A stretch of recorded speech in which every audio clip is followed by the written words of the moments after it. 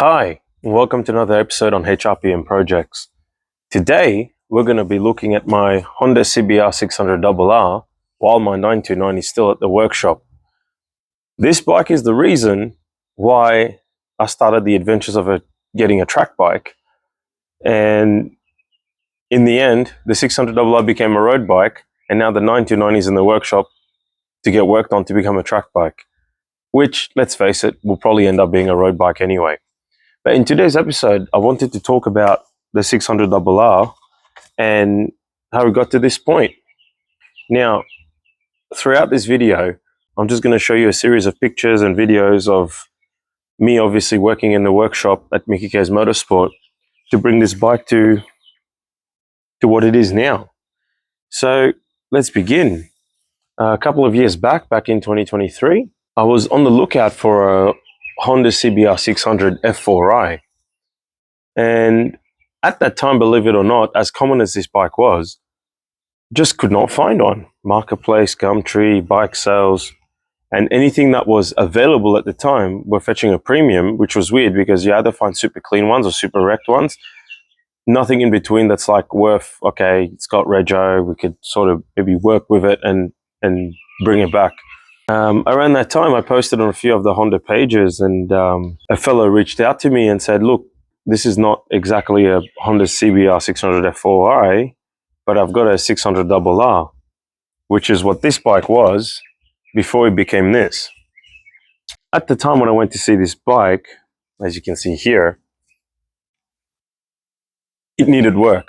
It's been sitting for ages. I went there to have a look, and the idea was it was a running bike, all the components were there, and there was parts galore coming with it. I spoke to old mate, and he provided me with heaps of parts. Yeah, I just went and picked it up because it also had a clean title, which meant that it was, you could re-register it if you wanted to. But at the time, I was just, just really wanted to get into track riding. So I went and got the bike for those purposes. And I took it straight to Micky Ks Motorsport. And once we got there, we started with the basics. We jump-started it. It would not run. And we realized that, the fuel pump was seized. And upon inspections, we noticed that there was heaps of rust in the tank and the fuel pump was definitely seized. And we couldn't get the bike to run. And so that's where we started. I started cleaning the fuel tank. We put a brand new fuel pump in it. We put a bit of fuel in it. And lo and behold, the bike started first go. The beauty of that process was it was something that was so easy to do because I had the matching HISS key for this bike, which is a big pain if you don't have the right key. Once we got the bike going, I gave it a quick service, oil, fluids, in general. It sounded really strong. Test rode it in the car park a couple of times. And I proceeded to use whatever fairings that came with the bike at the time, the mismatchy ones. And I got a rattle can spray of 74F blue, similar to the WRX. And I sprayed the fairings, put it all together, essentially just slap it together. I'm just trying to think of all the little nitty gritties that occurred as well. Like we cleaned the injectors, we gave it like a mechanical once over, new coolant. And yeah, that was good enough to get it going, and we went to the track in that form. Once I was at the track, after a couple of months of, getting it to this point, one session in, had a blast. I went in, I pumped the bike, I come back, but upon re-entry of the pits, around the bike, there was a bit of a milkshake pool happening on the floor. And obviously one of the stewards came over and seeing that oil was leaking out of the bike and it was milkshaking, I turned the bike off and that was it. One session in. And it was super disappointing at the time. Everything was pointing towards a head gasket failure, oil and coolant mixing and resulting in a milkshake. One of the common things to go on this bike is when the oil cooler is busted, coolant and oil mixes and you get the milkshake. But given the unknown history of the bike, it was probably best to just assume the worst. I could have easily just, swapped an oil cooler over and go again, but I couldn't take the risk of doing said work, go back out there because the bike wasn't registered. The only place to ride it is either the car park or the track. Go back out there and let's go again. So I wasn't having that. Lucky for me, I was having second thoughts and I thought, you know what, I'll just part it out, get rid of it. But my good friend Mick at Micky Ks Motorsport had other ideas. He convinced me, he's like, no, look, all the componentry is there. The bike is actually a very good bike. All it essentially needs, let's just treat it as a head gasket job, take it all out, and we'll work our way backwards. We'll revisit areas of the engine that needs attention. So one afternoon, I think it was around December at this point, between the track day and taking the motor off the frame, we're talking like going from September through to December. It was like around the Christmas break. We took the bike apart. We dropped the motor. We started inspecting things. Took the head off, and it appeared that the head gasket was fine. We could look for. It looked like it had minuscule sort of lift on the head gasket that allow coolant to mix, but not enough to warrant a milkshake. A milkshake being oil and coolant mixing together, and yeah, it sort of looked more and more like a oil cooler failure than a head gasket failure, because the engine coming back into the pits was still pumping hard. There was no loss of compression, nothing like that.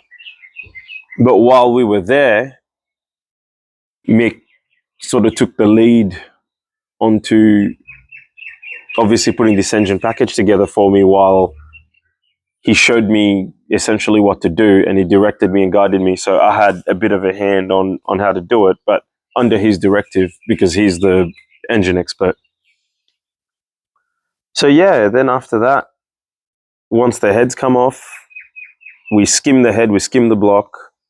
One of the other things, given the age of the motor and the unknown history, we did all the valve lapping, we changed the valve stem seals, we essentially refreshed the head, and Mick gave the head a light port and polish.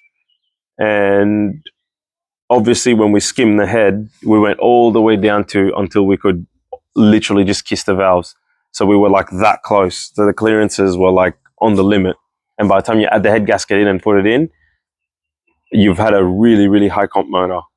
So that's the motor that's in there currently. So after we put it all back together, that wasn't without its challenges. We tried to reuse as many OEM components as much as possible, but there were bits and pieces we just couldn't get. So we'd had to make do and fabricate on the go.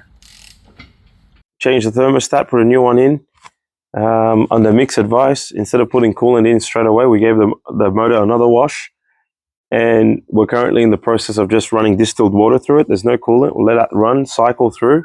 And then once we do another flush, we should be able to then put coolant in it. But instead of putting normal coolant in it, I would like to put some racing coolant that runs 10 degrees cooler, because these 600RRs, they hate the traffic. They hate sitting in traffic. So yeah, after that, once we were done, we fixed that issue.